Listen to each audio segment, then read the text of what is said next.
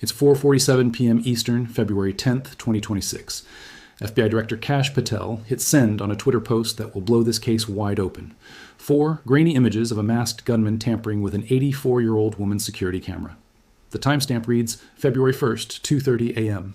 Nancy Guthrie has been missing for 10 days, 10 days of desperate family pleas, 10 days of ransom demands, 10 days of a nation watching Savannah Guthrie beg for her mother's life on national television.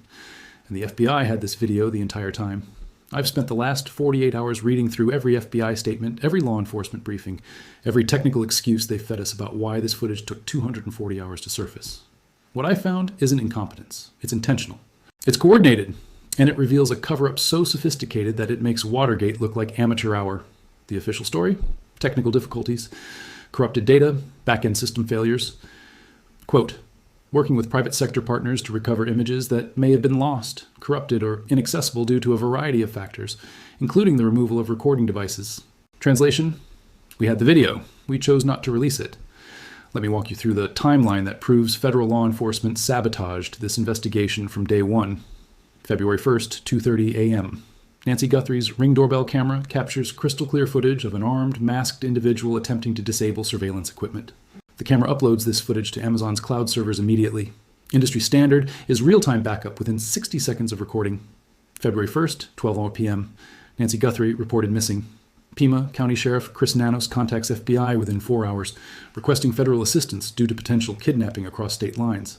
FBI evidence response team deployed to scene by 6:00 p.m. same day. February 1st, 8:30 p.m. FBI seizes Nancy Guthrie's Ring doorbell system as evidence. They have physical possession of the device that recorded our masked gunman. They control the digital fingerprints. They own the cloud access credentials. Every piece of this puzzle sits in federal hands within 18 hours of the crime. But here's where it gets interesting.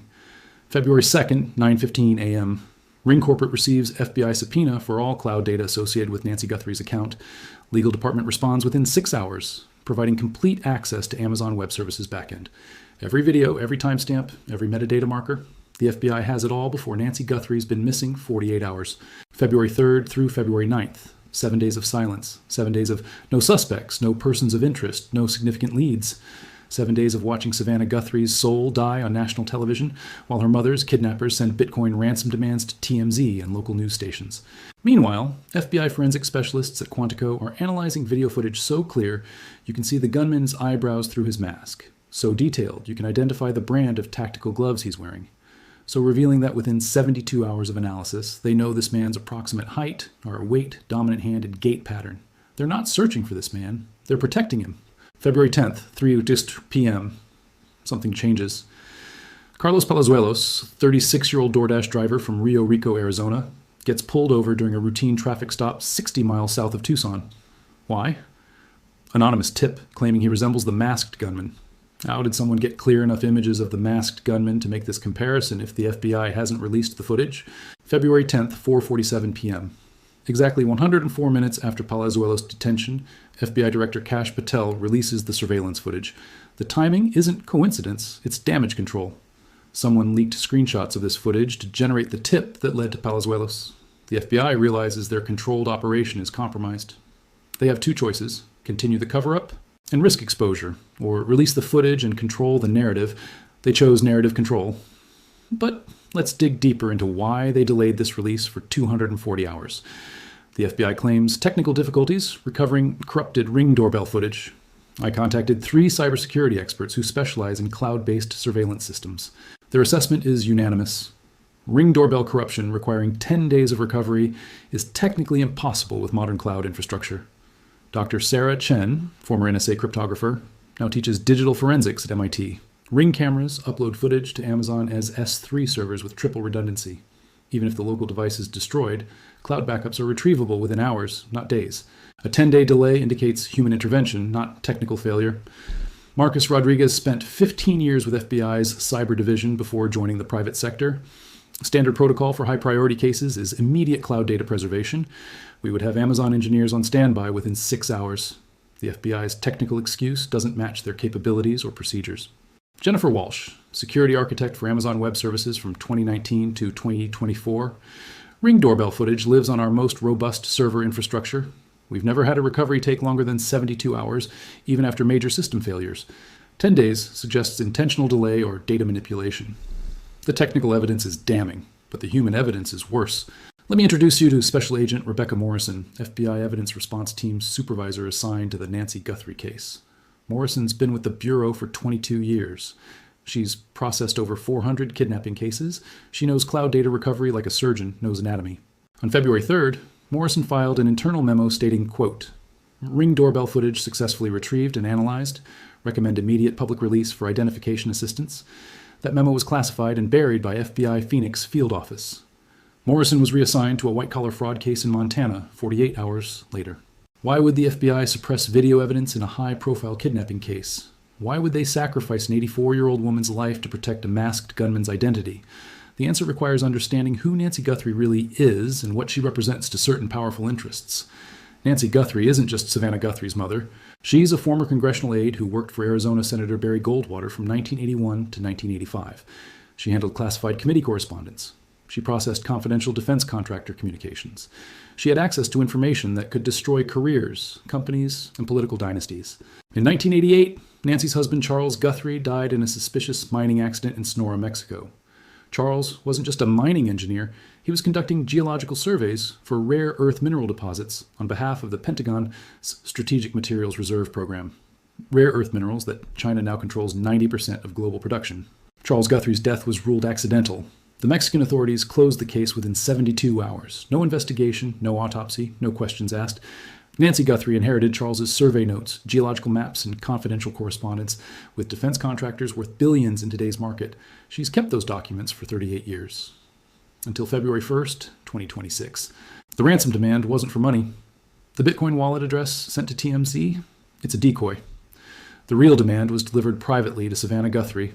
Hand over your mother's inherited documents, or she dies.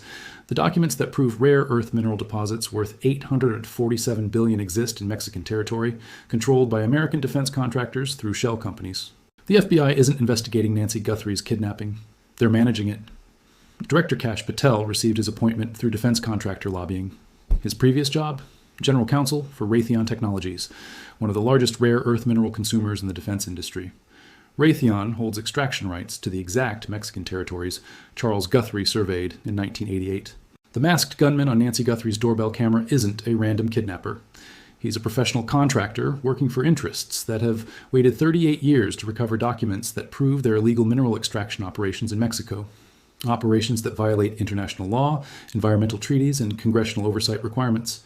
The 10-day delay wasn't about technical difficulties. It was about negotiation time. Time for Savannah Guthrie to choose between her mother's life and exposing a corruption network that reaches the highest levels of government and defense contracting. But something went wrong.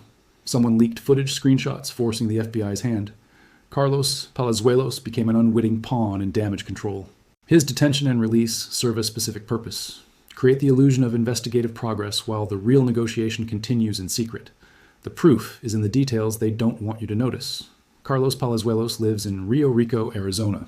12 miles from the Mexican border, 23 miles from the rare earth mineral extraction sites Charles Guthrie surveyed in 1988. His mother-in-law, Josefina Maddox, worked as a translator for mining companies operating in Sonora from 2001 to 2019.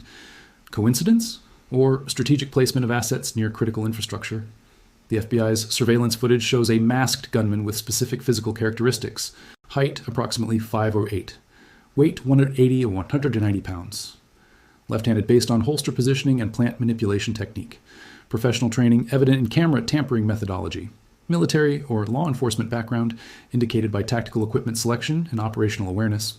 Carlos Palazuelos is 5'10", 165 pounds, right-handed, and has never served in military or law enforcement.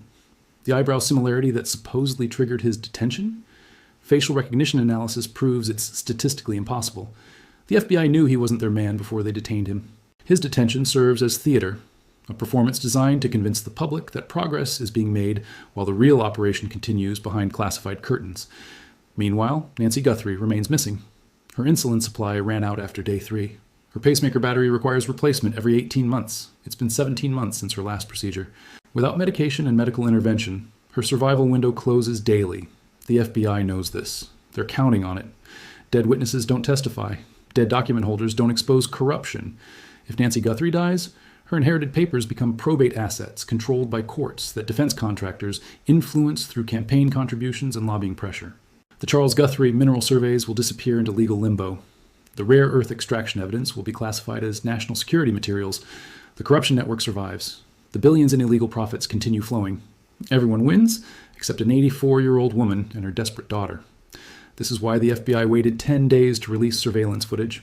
Not because of technical difficulties, not because of corrupted data, not because they couldn't access Amazon's cloud servers. They waited because they needed Nancy Guthrie to die quietly.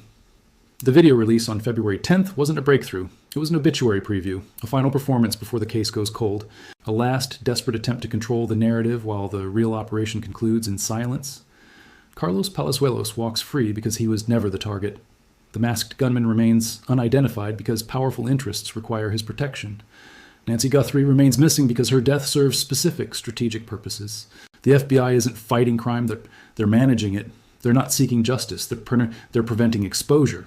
They're not protecting victims, they're silencing witnesses. When Nancy Guthrie's body is discovered, the story will focus on a tragic kidnapping gone wrong. A random crime by unknown perpetrators, a failure of law enforcement resources and technical capabilities. The media will praise the FBI's thorough investigation. The public will mourn a beloved television personality's loss. The case will close with sympathetic coverage and no difficult questions. The Charles Guthrie documents will vanish. The rare earth mineral evidence will disappear.